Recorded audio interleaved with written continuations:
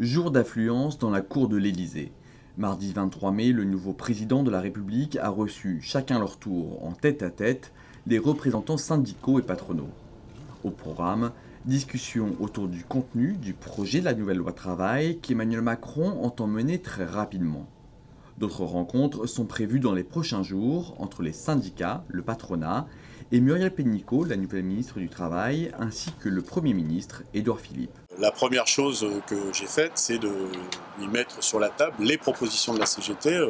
Il y en a une douzaine autour de questions qui nous paraissent essentielles, comme l'augmentation du pouvoir d'achat et notamment le relèvement du SMIC avec des négociations par branche pour adapter les seuils d'accueil à ce SMIC, la question des retraites, la revalorisation des pensions, l'égalité femmes-hommes, puisqu'il a dit que c'était une des priorités de son quinquennat. Donc, j'ai redemandé à ce que la loi soit appliquée et que dans le cas contraire, eh bien, les entreprises soient pénalisées financièrement pour non-respect de la loi. Et puis évidemment, on est venu sur la question du Code du travail.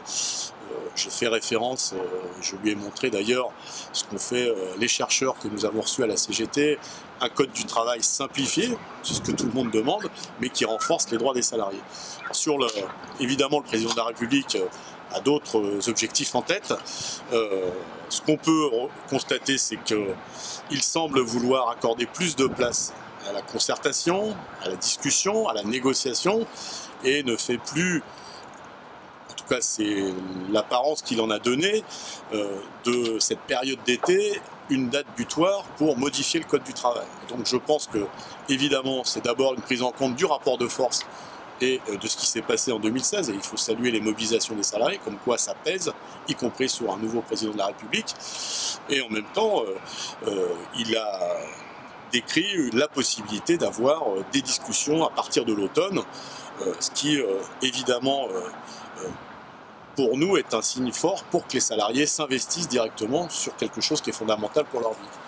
Dans les explications qui m'ont été données, les ordonnances, la demande au Parlement de procéder par ordonnance peut être faite dès le mois de juillet, mais les discussions autour de la modification du Code du travail pourraient démarrer plus tard et dans un temps qui reste à définir. Ça aussi, il faut que les salariés s'en mêlent. Nous avons des propositions en matière de sécurité sociale professionnelle pour un nouveau statut du travail salarié, je pourrais dire un nouveau statut des travailleurs tout court, puisque nous voulons intégrer l'ensemble des travailleurs dans ces règles collectives.